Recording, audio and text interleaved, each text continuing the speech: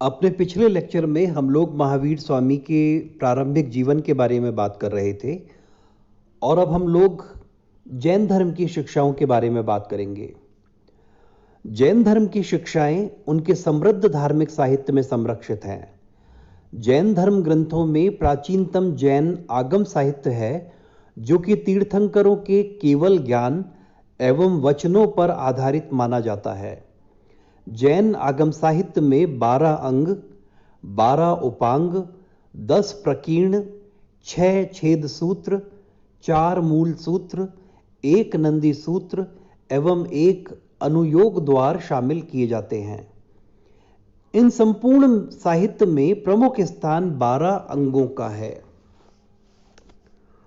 जैन धर्म की शिक्षाएं क्या है? पहली शिक्षा है निवृत्ति मार्ग। जैन धर्म एवं बौद्ध धर्म दोनों निवृत्ति मार्गी हैं। दोनों की मुख्य समस्या दुख और दुख निरोध है, यानी जीवन में जो हमारे दुख हैं उन दुखों को कैसे मिटाया जाए, उन दुखों को कैसे कैसे पार किया जाए, यही इनका मूल चिंतन है। जैन धर्म के अनुसार संसार के समस्त सुख दुख मूलक हैं, यानी जितने भी संसार में सुख हैं वो सुख अल्टीमेटली या आखिरकार व्यक्ति के मन में दुख उत्पन्न करते हैं।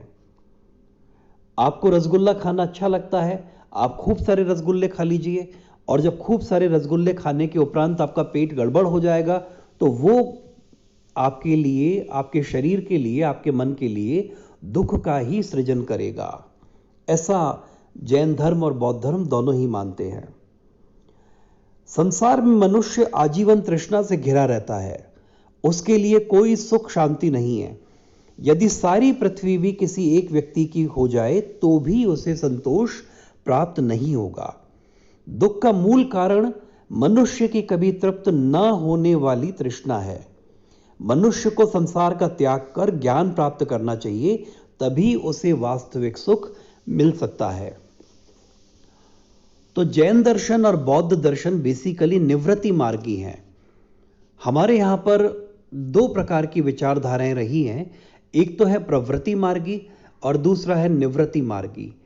प्रवृत्ति मार्गी विचारधारा ये मानती है कि हमें संसार के सुखों का आनंद लेना चाहिए, क्योंकि देह खत्म होने के उपरांत संसार के जो सुख हैं वो सुख हम लोगों को प्राप्त नहीं होंगे। जबकि निवृत्ति मार्गी विचारधारा ये मानती है कि हम लोगों को इन सुखों को फाइनल नहीं मानना चाहिए, अल्टीमेट नहीं मानना चाहिए, अंतिम नहीं मानना चाहिए, बल्कि ये सुख भी सारे अंत में दुख की ही सृष्टि करते हैं, दुख को ही उत्पन्न करते हैं।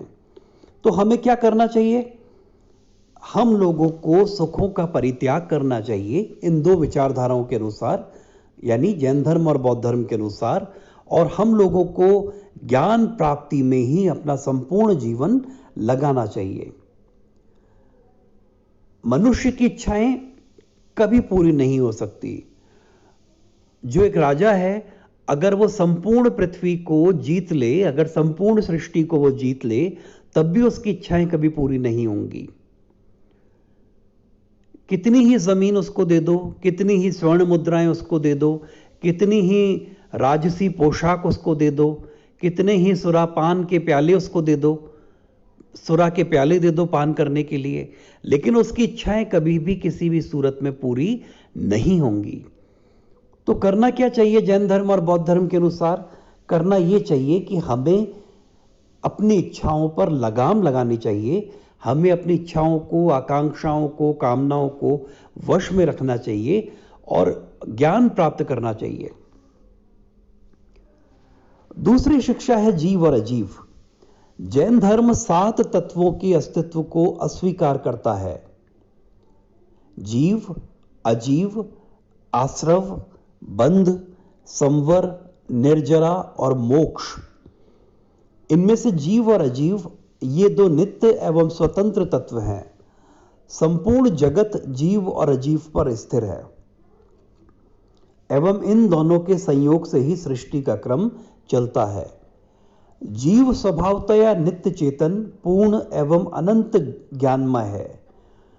चेतना जीव का विशिष्ट लक्षण है।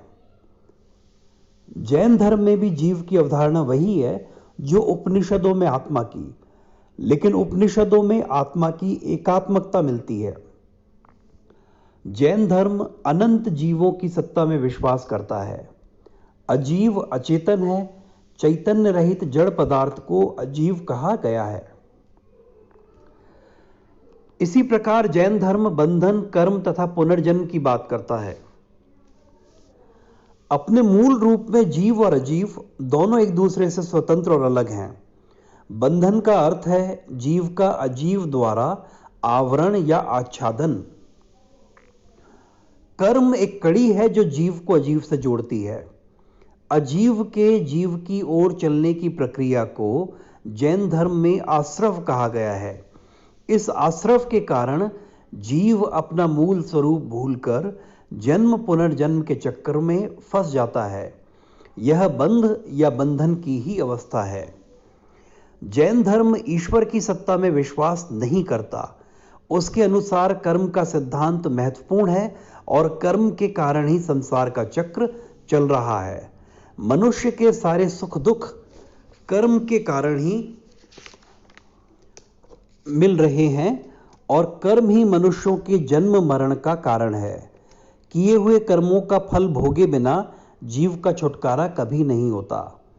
इस प्रकार कर्म ही पुनर्जन्म का कारण बनता है।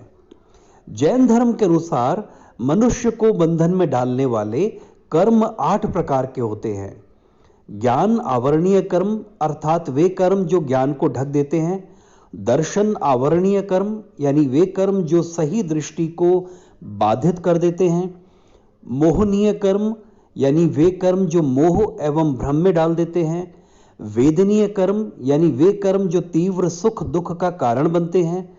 नाम कर्म वे कर्म जो मनुष्य की शारीरिक पुष्टि करते हैं। गोत्र कर्म यानी वे कर्म जो मनुष्य के किसी परिवार विशेष में जन्म का कारण बनते हैं। और आयुष्य कर्म यानी वे कर्म जो मनुष्य की आयु निर्धारित करते हैं। तथा 8वां है अंतराय कर्म यानी वे कर्म जो सत्कार्यों में विघ्न या बाधा डालते हैं।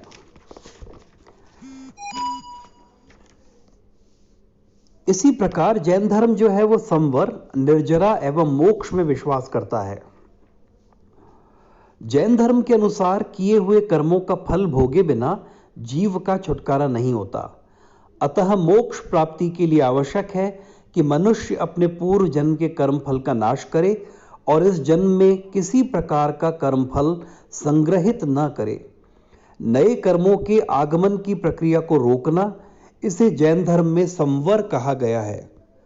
और पूर्व संचित कर्मों का विनाश करना, इसे निर्जरा कहा गया है। संवर एवं निर्जरा के माध्यम से जब जीव कर्मों के पूर्ण रूपेण मुक्त हो जाता है तो यही मोक्ष या निर्वाण की स्थिति है, जिससे जीव अपने मौलिक विशुद्ध रूप को प्राप्त कर लेता है, जो अनंत ज्ञान एवं अनंत शांति की स्थिति है। सब कर्मों के पूर्ण क्षय या विनाश को ही जैन धर्म में मोक्ष कहा गया है। इसके आगे की बात हम लोग अगले लेक्चर में करेंगे।